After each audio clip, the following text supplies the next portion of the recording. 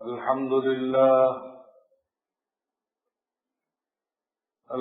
لله وكفى وسلام على عباده الذين اصطفى أما بعد فأعوذ بالله من الشيطان الرجيم بسم الله الرحمن الرحيم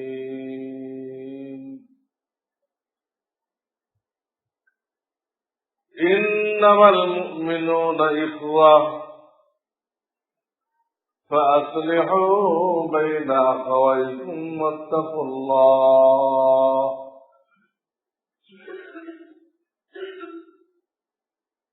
لعلكم ترحمون.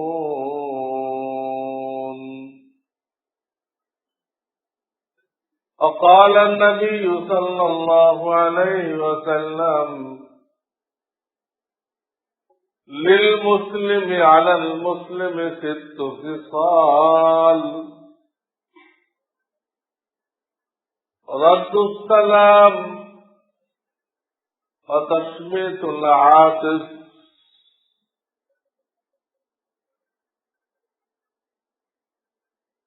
وإجابة الداعي واتباع الجنائز إلى آخر الحديث. صدق الله العظيم وصدق رسوله النبي الكريم.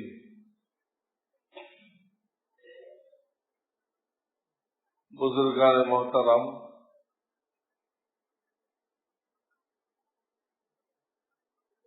একটা বিষয়ের উপরে বিগত কয়েক জুমা আলোচনা হয়েছে যে আমরা অন্য ভাইয়ের সাথে দেখা সাক্ষাৎ করতে হলে ইসলাম কি তরিকা নির্ধারণ করেছে, কিভাবে দেখা সাক্ষাৎ করতে হবে যাতে অন্য ভাইয়ের কষ্ট না হয়, পরেশানি না হয়, এটা লক্ষ্য রাখতে হবে। এর জন্য শরীয়তে অনেকগুলো বিধান আল্লাহ রাব্বুল আলামিন কোরআনে কারীমের মধ্যে নাযিল করেছেন। শুধু আমাদের উপরে ছেড়ে দেন নাই যে তোমরা গবেষণাগুলো দেখো কোনগুলো তোমার ভাইয়ের জন্য অসুবিধা, সেগুলো করো না। এইরকম বললেও বলতে পারতেন, কিন্তু আল্লাহ তা করেন নাই, স্পষ্ট আদেশ দিয়েছেন ইজাজত নাও, সালাম করো, এভাবে স্পষ্ট আদেশ। যদি কোনো ইজাজত না পাও, সালামের জবাব না পাও, তো ফিরে আসো।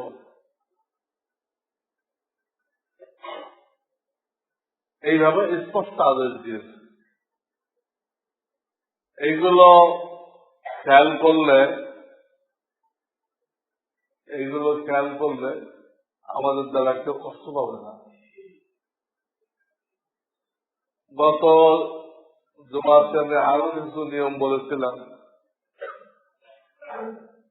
যে আপনি এক ভাই অসুস্থ, তাকে দেখতে যাবেন, শরীয়তের আদেশ, অনেক ফজিলত, তো যায় কি করবেন?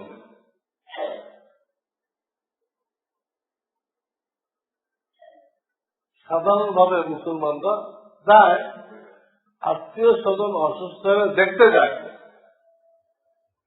কিন্তু দেখতে যাওয়ার নির্দেশটা কেন সেখানে যায় কি করতে হবে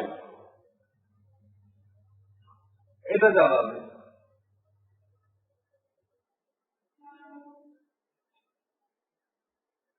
বলছিলাম ছাত্র জিজ্ঞেস করলে এই পড়ো কেন, তো মানুষ হওয়ার জন্য পড়ি। মানুষ কাকে বলে তা তো জানি না, পড়তেছে মানুষ হওয়ার জন্য। মানুষ কাকে বলে এটা জানা নেই। আমরা দেখেছি রুগী দেখতে বহুত ফজিলত, সকালে গেলেন সন্ধ্যা পর্যন্ত 70,000 ফেরেশতা আপনার জন্য মাগফিরাতের দোয়া করতে থাকবে। আবার বিকেলে গেলেন কাউকে দেখতে,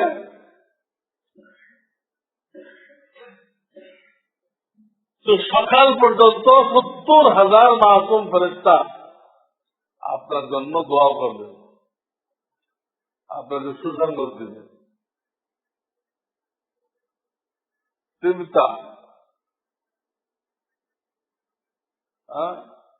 তুমি খুশি থাকো,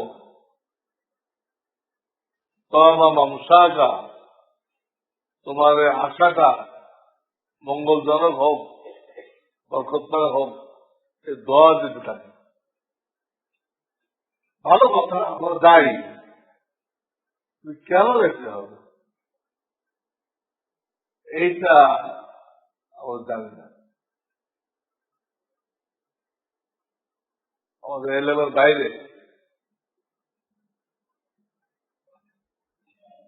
বলছিলাম এই জন্য যেতে হবে, এতে তার মন প্রফুল্ল হবে, তার রোগ হালকা হয়ে যাবে। দিলের শক্তি যখন বেড়ে যায়, অন্তরের শক্তি, তো রোগ কমে যায়, রোগ কমে যায়। আর অন্তর যখন দুর্বল হয়ে পড়ে, তো লোক তাকে দেখে বসে।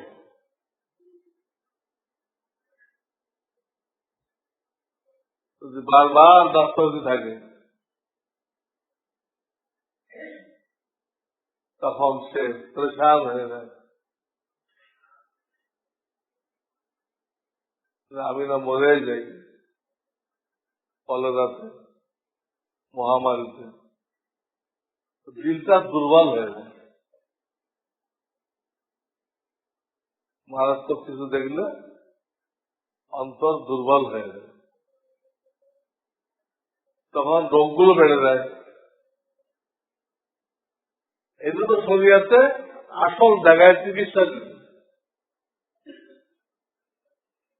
আসল জায়গা হলো দিল, কাল, হার্ট, আসল জায়গা। এটা প্রফুল্ল রাখা, দুশ্চিন্তা মুক্ত রাখা, এটা সুস্থ থাকার জন্য জরুরি। বন্ধু বান্ধবরা যখন আসবে,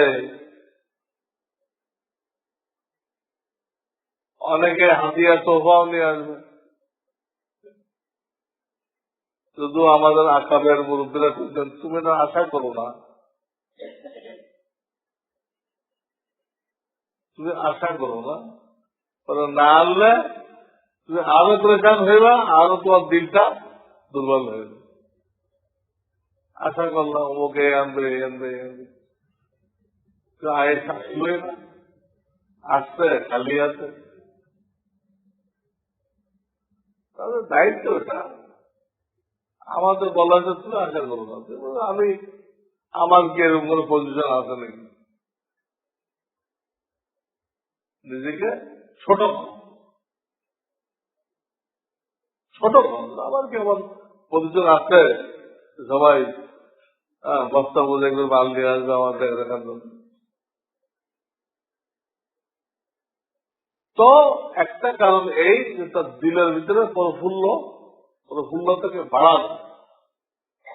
এটা একটা চিকিৎসা। 2 নম্বর, তার জন্য দোয়া পড়বে। আবু দাউদ শরীফ হাদিস আছে, কারোর জন্য এই দোয়াটা 7 বার পড়ে দিলে, একান্ত যদি তার মৃত্যুর ফয়সালা না হয়ে থাকে, মৃত্যুর ফয়সালা না হয়ে থাকে, তো আল্লাহ তাকে শেফা দান করবেন। দোয়াটা আমার সাথে পড়েন। আসআলুল্লাহুল আযীম রব্বাল আরশিল আযীম আন ইয়াশফিয়াক। এটুকু দোয়া 7 বার করতে হবে। কোন বন্ধু বান্ধব দূরে, অসুস্থ কিন্তু দূরে, আমার প্রিয় মসজিদ বলছেন ফোনে পড়ে যাও, পৌঁছা সম্ভব হইতেছে না, কিন্তু ফোনের তার সাথে যোগাযোগ আছে, এটা পড়ে যাও, তার দিলে শক্তি হয়ে দাঁড়ায়। আসআলুল্লাহুল আযীম রব্বাল আরশিল আযীম আন ইয়াশফিয়াক। আমি ফরিয়াদ করতেছি আমার পরওয়ারদিগারের দরবারে, যিনি অতি মহান, তার দরবারে ফরিয়াদ করতেছি। রব্বাল আরশিল আযীম, যিনি আরশে আজিমের মালিক। আরশে আজিম বহুত বড় আরশ, 7 আসমান জমিনকে ঘেরাও করে। আল্লাহ আরশ 7 আসমান জমিনকে ঘেরাও করে, তারপরে করছি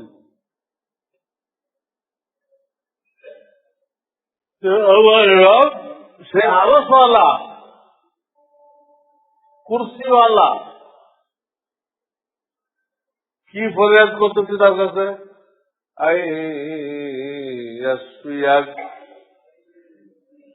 তিনি যেন আপনাকে শেফা দান করেন। শেফা থেকে কা মানে আপনাকে, তিনি যেন আপনাকে সুস্থ করে দেন। এই দোয়াটা 7 বার পড়তে হবে। পরে তার গায়ে ফু দিতে হবে এমন কোনো কথা নেই, শুধু পড়ে দিলে হতো। ফু দিলে রেজিস্ট করার দরকার নেই, হাতে ফু দেওয়ার কথা নেই, এটা বলতে পারবেন। আমরা কত রুগী দেখতে গেছি, এই দোয়াটা কয়দিন পড়ছি,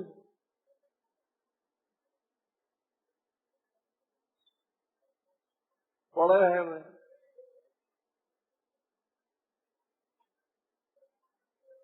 এই হলো দ্বিতীয় ফায়দা, তার জন্য দোয়া করা হলো আল্লাহর দরবারে। আসল শেফা তার হাতে, শেফা তো কোনো ডাক্তারের হাতে না, শেফা কোনো ওষুধের মধ্যে না। ডাক্তার ভালো মতো করে দিবেন, এই বিষটা যদি করা হয় তাহলে শিরিক। শিরিক। শেফার মালিক একমাত্র আল্লাহ, কোন নবী রাসূল শেফা দিতে পারেন না।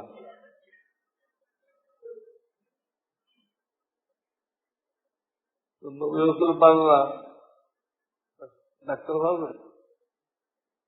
অসম্ভব। তারা চিকিৎসা দিবে, একই রোগ একই ওষুধ দুটো রোগীকে দিতে, একই রোগ, সেম সেম, কোন পার্থক্য নেই। রোগ এক, ওই ওষুধ দিচ্ছে। ডাক্তারের ওষুধ খেয়ে একজন সুস্থ হয়ে গেছে, আর তো মারা গেছে। রোগ এক, ডাক্তারের ওষুধ এক, কোন ভুল করে নাই একটা, কিন্তু রোগী তো মারা গেছে। ওষুধ তার মধ্যে কোনো কাজ করবে। হাদিস আছে যে ওষুধ গলাতে দেওয়ার আগে আল্লাহর কাছে পারমিশন চায়, তাহলে আমি কে কে উপকার করব, আল্লাহ যখন আদেশ করেন তেমন তাসির হয়। এই গেল 2 নম্বর। 3 নম্বর হলো তাকে দুশ্চিন্তা মুক্ত করে দিতে হবে। মনটা তো পাতলা হয়ে গেছে, পাতলা হয়ে গেছে, আমি সম্ভবত মারা যাব মনে করছি।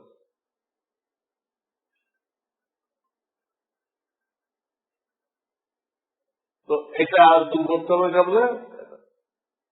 এটা দোয়া শিখাই দেওয়া হয়েছে। দোয়াটা পড়বে, অর্থটাও বলে দেবে, যে অর্থ না বুঝে লা বাসা তাহুরুন ইনশাআল্লাহ, কোন ভয়ের কারণ নেই, ভয়ের কোন কারণ নেই। লা বাসা আনতা তাহুর ইনশাআল্লাহ, আপনি ইনশাআল্লাহ সুস্থ হয়ে যাবেন।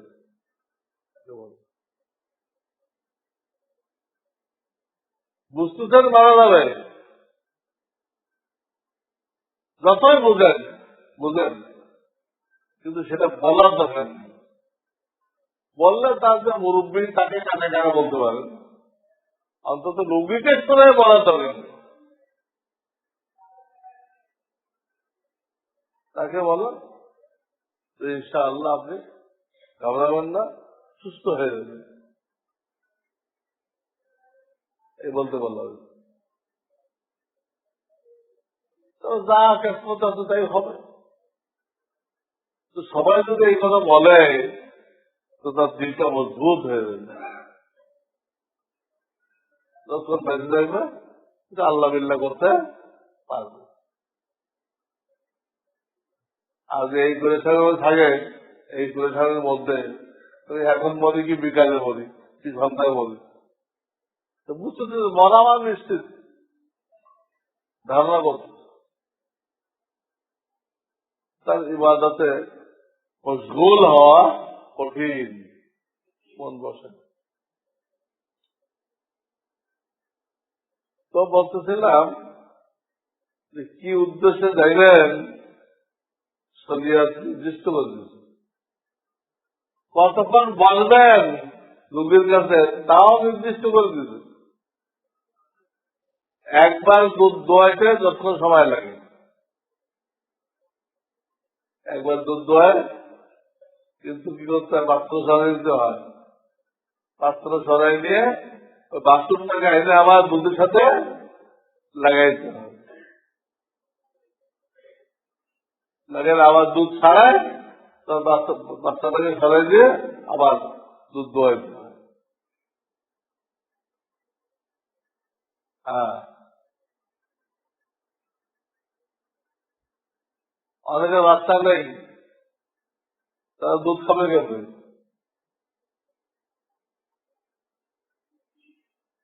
তারা কি করছে, মরা বাচ্চাটা চামড়া লয়েছে, ওর মধ্যে কিছু ভুসি ভুসি দিয়েছে, দিয়ে বাঁশ দিয়ে পাও বানাইছে, এটা খাড়া করছে, তো গাভী দুধ দিচ্ছে। সে বুঝতেছে না যে আমার বাচ্চা কিনা, আদর করছে। বনি আদম কি জিনিস, হ্যাঁ, বিকল্প বাছুর বানায় দুধ বের করছে। আল্লাহ,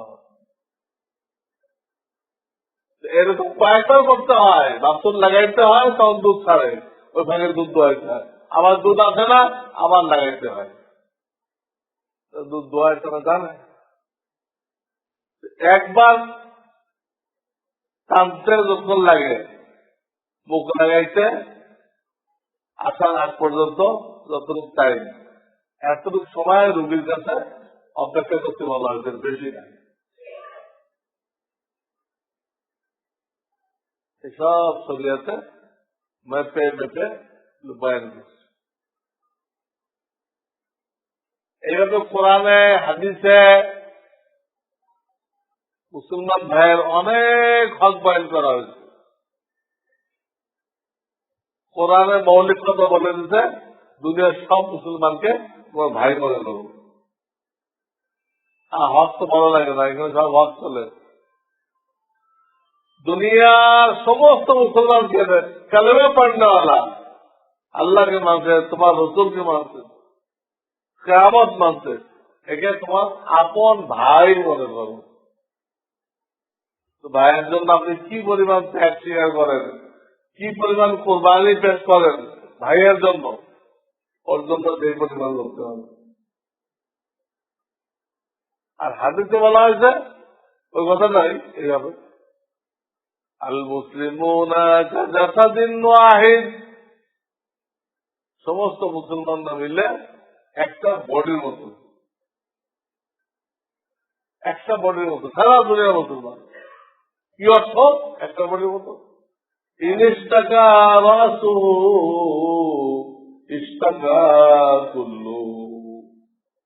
একটা বডির কি অবস্থা? মাথায় ব্যথা হলে সারা শরীর ব্যথিত, কষ্ট পাইছে। ইস্তাকা আইনুহু ইস্তাকা কুল্লুহু।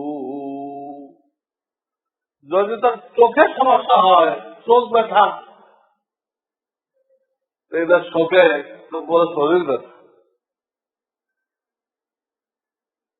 পুরা উম্মতের লম্বা দেখে একটা বডি বলা হয়েছে, তার অর্থ এই একটা বডির যেখানে সমস্যা হবে কেন ওটা পুরা বডি সাফল করে, করে কিনা? ঠিক আছে, সারা দুনিয়ার মুসলমান এক,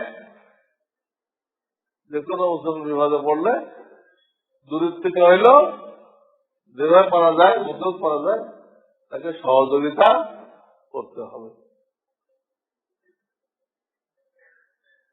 সহযোগিতা করতে হবে। জুলুম জালেম তাকে নিয়ে তামাশা খেলবে, তাকে তিল্লি দিলে শেষ করবে, এই সুযোগ দেওয়া যাবে না। এগুলো হল মৌলিক কথা। একটা হলো তোমার ভাই, আর এক হাদিসে বলা হলো সমস্ত মুসলমানরা মিলে একটা বডি, একটা বডির যে কোনো জায়গায় অসুস্থ হইলে পুরা বডির কষ্ট পায়। পুরা বিশ্বের একটা মুসলমান বিপদে পড়লে কেমন যেন সারা দুনিয়ার মুসলমান বিপদে পড়ছে, সবাই পেরেছান যে ওকে কিভাবে বিপদ থেকে মুক্ত করা যায়। এটা আমাদের মধ্যে নেই। আমাদের পাশে আরাকান, এখানে মুসলমানদের কি দুর্দশা, কি দুর্দশা, কিন্তু এই ব্যাপারে আমাদের কোনো ভূমিকা নেই, কোনো আওয়াজ নেই, সরকারের কাছে কোনো দাবি দেওয়া নেই। আর সরকার তো ফয়সালাই করে দিবে, তাদেরকে ঢুকতে দেওয়া হবে না বাংলাদেশে।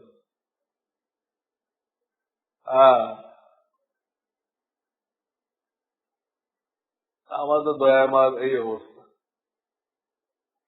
সারা দুনিয়ার মুসলমানরা এক, আর আমাদের পার্শ্ববর্তী রাষ্ট্রে মুসলমানদেরকে এমন জুলুম করা হয়েছে, বেইজ্জত করা হয়েছে, ঘর বাড়ি থেকে উৎখাত করা হয়েছে, দোকানপাট সব লুট করে নেওয়া হয়েছে।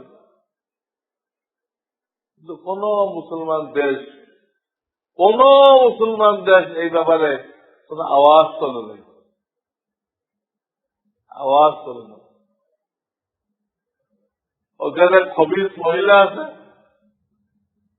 হ্যাঁ, সে নাকি গণতন্ত্রের বহুত বড় নেতা নেত্রী, হ্যাঁ, কি সই না চুক্তি। এই খবিসকে জিজ্ঞেস করা হয়েছে, খবিসা তোমার দেশে মুসলমানদের জুলুম করা, তুমি কিছু বলো, চুপ করো, কিচ্ছু বলো। তার মানে সেও চায় মুসলমানরা ধ্বংস হয়ে যাক, এদের তুলে থাকার কোন অধিকার নেই। গণতন্ত্রের ওই মানুষ কন্যা সেও এটা চায় মুসলমান না থাকবে। সব কাফেররা চায় যে মুসলমান মুক্ত বিশ্ব করুক, মুসলমান মুক্ত।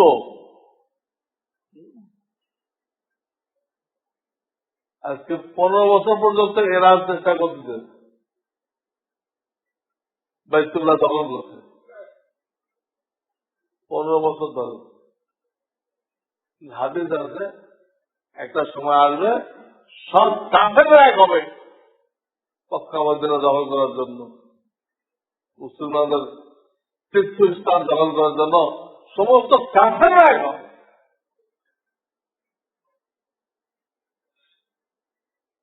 তখন মুসলমানদেরকে সাহায্য করার জন্য প্রথম তো ইমাম মাহদী আসবেন আলাইহিস সালাম, তার 5-7 বছর পরে ঈসা আলাইহিস সালাম,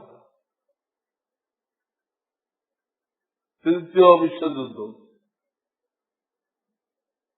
হবে। সমস্ত কাফের এক, আল কুফরু মিল্লাতুন ওয়াহিদা। জাতিসংঘ কি জন্য? জাতিসংঘ কি জন্য? তো মুসলমানদের চান্দায় চলে, আমেরিকা তো চান্দা দেয় না, মুসলমানদের চান্দা চলে, কিন্তু মুসলমানদের মারার জন্য, মুসলমানদের মারার জন্য জাতিসংঘ। সব কাফেররা ওখানে বসে, মুসলমানদেরকে কিভাবে ধ্বংস করা যাবে পৃথিবীর বুক থেকে, ওখানে তার পরামর্শ হয়, পরামর্শ। অথচ মুসলমান তার সদস্য 1 নম্বর চান্দা দেতা, সব বেকার। এগুলো তো গঠন করা হয়েছে মুসলমানদেরকে ধ্বংস করার জন্য। ইসরায়েলকে বসানো হয়েছে মুসলমানদেরকে ধ্বংস করার জন্য, বিবিসিকে বসানো হয়েছে মুসলমানদেরকে ধ্বংস করার জন্য।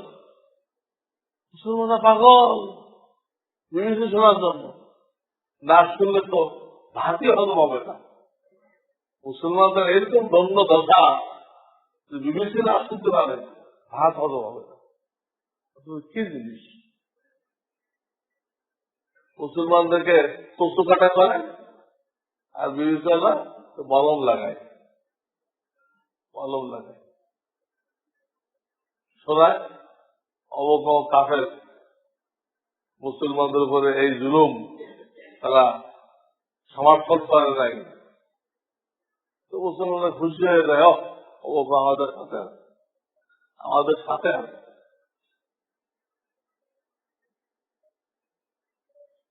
এই জাতিসংঘ হাবি দাবি এগুলো কাজ। কোথাও একটা কাফের বললে তারা সারা দুনিয়া হইতে লাগাই দেয়, সারা দুনিয়া হইতে লাগাই দেয়। আর কোথাও যে 1000 মুসলমান মারে কোনো আওয়াজ নেই, 1000 মুসলমানকে জুলুম করে মারা হয়েছে, তখন এগুলো কোনো আওয়াজ নেই। একটা খ্রিস্টান করুন, ইহুদি বলুন, সবাই সোচ্চার হয়ে যাবে, প্রতিবাদ করবে, প্রতিশোধ দিবে। মুসলমানের ব্যাপারে কোন আওয়াজ নেই। এই একটা সম্পূর্ণ মিথ্যা অজুহাত দিয়ে এরাকে ধ্বংস করে দেওয়া হবে। সম্পূর্ণ মিথ্যা কথা বলে, যেখানে রাসায়নিক অস্ত্র আছে, এই কথা বলে দেশটাকে ধ্বংস করে দেওয়া হলো। লক্ষ লক্ষ সুন্নি মুসলমান কতল করে দেওয়া হলো, এখনো হয়েছে। আমেরিকা আর লন্ডনের টনি বিল্লি, এই দুই বিল্লি মিলে এই কাজ করলো। আর শুনতে যাওয়ার টনি বিল্লি ক্ষমা দেন, ক্ষমা দেন, ওটা আমাদের ভুল ছিল, সব মুসলমান মারা শেষ, আমাদের ভুল ছিল। কি তামাশা দেখে আমাদেরকে নিয়ে কিভাবে মুসলমানদের রক্ত নিয়ে হোলি খেলা হয়েছে। আমরা বিবৃতি শোনার জন্য পাগল। মুসলমানদের ভিতরে একটা আত্মগায়রাত,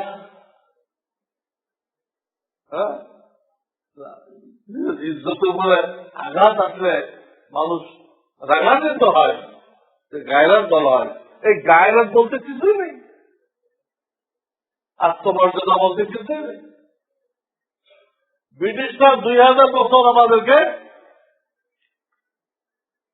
বলদ যেরকম গোয়ালে পালে এইভাবে পালছে। বলদ যেভাবে গোয়ালের মধ্যে পালা হয় এরকম গোলাম মানে রাখে। ওদের বলতে আমাদের দিলে ঘৃণা থাকা উচিত ছিল। রেজাল্ট কি হচ্ছে? আমাদের শ্রদ্ধাবোধ ওদের প্রতি অগণিত অসংখ্য শ্রদ্ধাবোধ বেড়ে গেছে। এটা আমাদেরকে গরু ছাগল বানিয়ে রাখছিল, আমাদের মুসলমানরা মনে করতেছে বিরাট অবদান, ব্রিটিশের বিরাট অবদান নাকি। কোনটা যে অবদান কয়, এক একটা অবদান করে কাটতে থাকে। এদের অবদান আজ পর্যন্ত আমরা কি করতে পারলাম না, শোধ করতে পারলাম না। অবদান কিছুই বোঝে না। অবদান কারে কয়?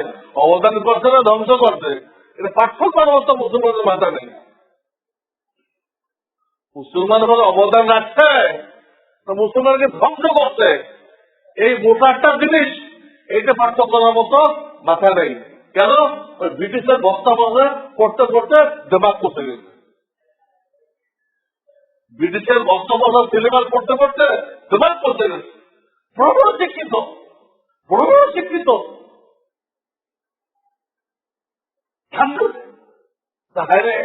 কিন্তু অবদান আজ পর্যন্ত আমরা শোধ করতে পারলাম না।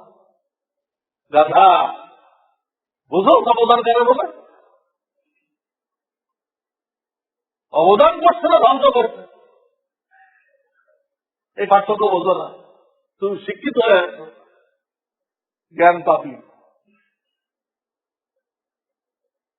বিদেশের নাম শুনলে পুজো করা উচিত। আর সেখানে ব্রিটিশের স্কুলে পড়ানোর জন্য মুসলমানরা লালাই ছেলে ঢুকাইতে পারলে মনে হয় ছেলে জান্নাতে ঢুকাইতে পারে। কোথায় মুসলমান তোমাদের ইজ্জত কোথায় গেছে? তোরা কেন গরু ছাগলের ছেলে মেয়ে গেছ?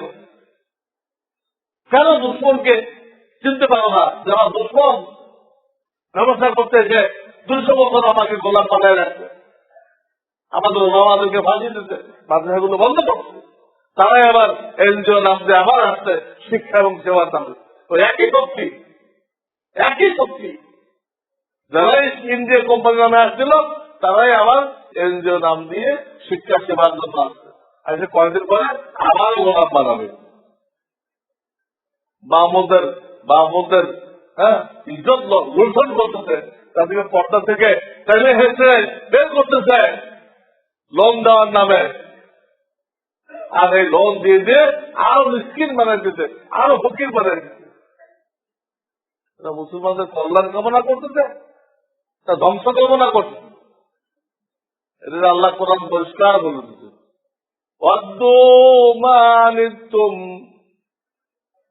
তোমরা সবসময় মুসিবতে থাকো, এটা কামেলা চায়। কোরআনের আয়াত আল্লাহ ক্লিয়ার বলে দিচ্ছে, তোমরা সারা জীবন মুসিবতে থাকো, এটা তারা চায়। কোন সময় তোমাদের ভালো অবস্থা, অর্থনৈতিক উন্নতি, একটা তেলের খনি পাওয়া গেল, একটা অমুক পাওয়া গেল, এইগুলো তারা বরদাস্ত করতে পারে না। এইগুলো তারা বরদাস্ত করতে পারে না। তেলের খনি পাওয়া যাক না, ওরা উঠাইতে আসবে, আজকে ওটাকে এমন নষ্ট করতে যাবে জীবনে এত পারবে না। জীবনে আর তোলা হবে না। কোরআন কোরআন বলতেছে তোমরা বিপদে থাকো, মরতে থাকো, এটা তারা চায়, এটা তারা খুশি।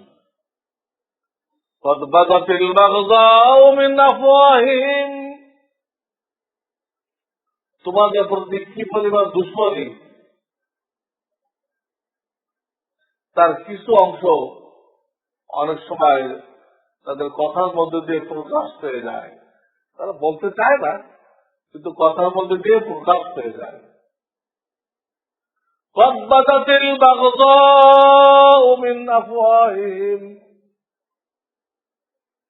বাদাত করে প্রকাশ পেয়ে যায়।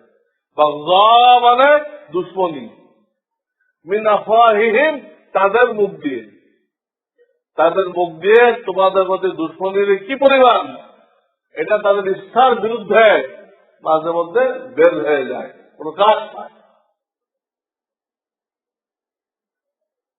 আমা তুফি সুদুরহুম আকবার, আর তাদের অন্তরের মধ্যে তোমাদের ধ্বংস করার জন্য কি পায়তারা, কি ষড়যন্ত্র, কথা আরো ভয়ানক।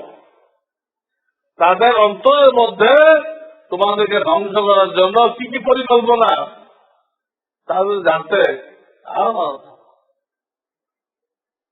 মারাত্মক।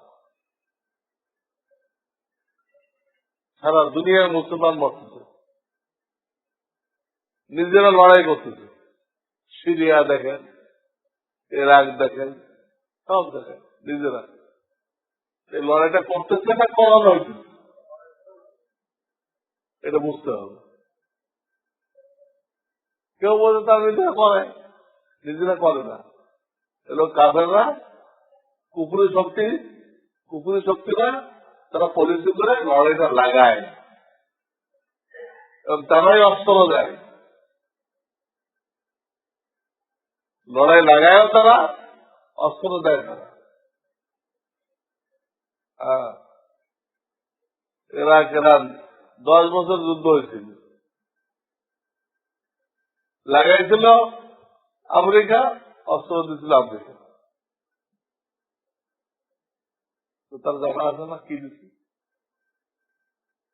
এদের মতো মিথ্যা কথা বলে ঢুকছিল। রাসায়নিক অস্ত্র কয়টা দিয়েছিল আপনাকে খুব ভালো করে জানা, কয়টা খাদ্য ব্যবহার করছে তাও জানা। হিসাব করলে দেয় তার কাছে। তারপরে জাতিসংঘকে ফেলাইতে বললো, তারপর দিন হামলা করে দিল, দিয়ে আজকে সুন্নি মুসলমান লক্ষ লক্ষ সুন্নি মুসলমান খতম হয়ে যেতে। এটা আমেরিকা খুব খুশি। কাদেরকে দিয়ে মারতেছে? শিয়াদেরকে দিয়ে। শিয়া ইরান আমেরিকার দোস্ত, আমেরিকার দোস্ত। মাঝে মাঝে আহমদ নিজাদ যে খুব কঠোর কথা বলে, আমেরিকা 20 দাঁত ভেঙে দিব, এসব পুলিশ আমাদের জানা আছে। আপনার মনে করেন আরে এই তো বাপের বেটাই, একটা লোক কোন বাপের বেটা তো আমেরিকার বিরুদ্ধে বলতে পারে নাই। আমরা খবরের দর্শনে মনে মনে হাসি, তুমি 20 দাঁত ভেঙে দেবা, তুমি তো সিজদায় পড়ে আসো আমেরিকার পায়ের উপরে। এটা হেডলাইন দেওয়ার পত্রিকা আমরা পড়ে আলেমরা, আমরা একা একা হাসি। কারণ নিয়ে হাসি? আপনাদের সাথে দেখা হয় জুমার দিন, যখন পত্রিকা পড়ে তখন দেখা হয়, একা হাসছে না, 20 দাঁত ভাঙতে।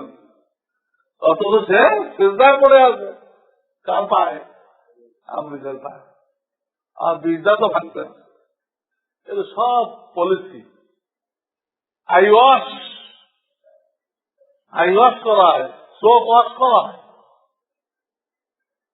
দেখায় আমেরিকার সাথে খুব বিরোধ। কিচ্ছু বিরোধ না, আমেরিকা তো একমাত্র মৃত্যু রোগ দুনিয়ার মধ্যে। কিন্তু মুসলমানরা এগুলো বোঝার মতো লোক এই জন্য নেই, তারা কোরআন বোঝে না। তারা বলছে ব্রিটিশের, তো ব্রিটিশ হলো দুশ্মন, তারটা পড়ে আপনি দুশ্মনের ষড়যন্ত্র কিভাবে বুঝবেন? দুশ্মনের বই পড়ে দুশ্মনের ষড়যন্ত্র কিভাবে বুঝবেন? আপনাকে কোরআন পড়তে হবে। কোরআন পড়লে আপনি বুঝতে পারবেন যে কে কি পরিমাণ দুশ্মনী এবং দুশ্মনদের পলিসি কি। সারা দুনিয়ার কাফেররা যত পার্থক্য আছে তাদের মধ্যে, কিন্তু এই ব্যাপারে একমত যে আমরা সবাই দুনিয়াতে থাকবো, মুসলমানকে থাকতে দেওয়া যাবে না, মুসলমানকে উঠতে দেওয়া যাবে না, মুসলমানদেরকে উন্নতি করতে দেওয়া যাবে না। থাকো, মিসকিন হয়ে থাকো, আমাদের কাছে ভিক্ষা নিয়ে থাকো, আমাদের কাছে ভিক্ষা নিয়ে থাকো, আপনাকে সাহায্য দেবে, কিন্তু কোমরটাকে ভাঙিয়ে দেবে, কোমরটা ভাঙিয়ে সাহায্য দেবে। সারা জীবন এই ভাঙা কোমর নিয়ে আমার সাহায্য নিয়ে বেঁচে থাকো, আমার দরবারের ফকির হয়ে থাকো। এইগুলো কাফেরদের প্ল্যান। বুঝতে হবে, বুঝতে গেলে আপনাকে আমাকে কোরআন বুঝতে হবে এবং তাদেরকে ভয় না করে আল্লাহকে ভয় করতে হবে। ইন্নামা যালিকুমুশ শাইতানু ইউখাব্বিফু আউলিয়াআহ ফালা তাখাফুহুম ওয়াখশাউনি। কোরআন বলতেছে ইবলিস শয়তান সবসময় তোমাদেরকে কাফেরদের থেকে ভয় দেখাবে।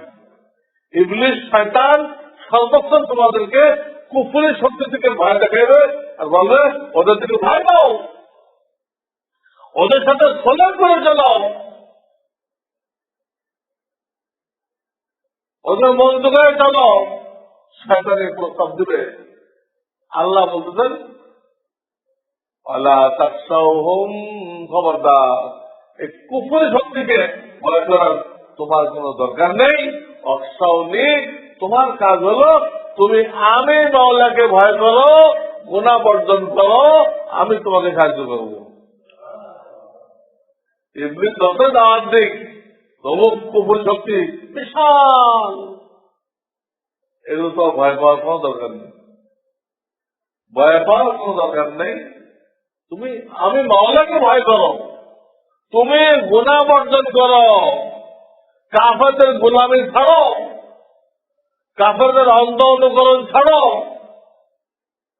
আমার রসুলের গোলামি করো, রসুলের সুন্নাত অনুসরণ করো। আমি মাওলা কদমে কদমে তোমাকে সাহায্য করব। কাফেরদের গোলামি করলে আল্লাহ সাহায্য করবেন না। আল্লাহ সাহায্য পাইতে হলে রসুলের গোলামি করতে হবে, রসুলের সুন্নাতকে ফলো করতে হবে। তো মুসলমানের হক বয়ান করতেছিলাম, এই ব্যাপারে কোরআনে কি কি হক বলা হয়েছে, হাদিসে কি কি হক বলা হয়েছে, এগুলো ইনশাআল্লাহ আপনাদের ক্ষেত্রে পেশ করা হবে, যাতে আমরা বুঝতে পারি যে মুসলমান ভাইয়ের হক আমাদের দ্বারা আদায় হইতেছে না হইতেছে না।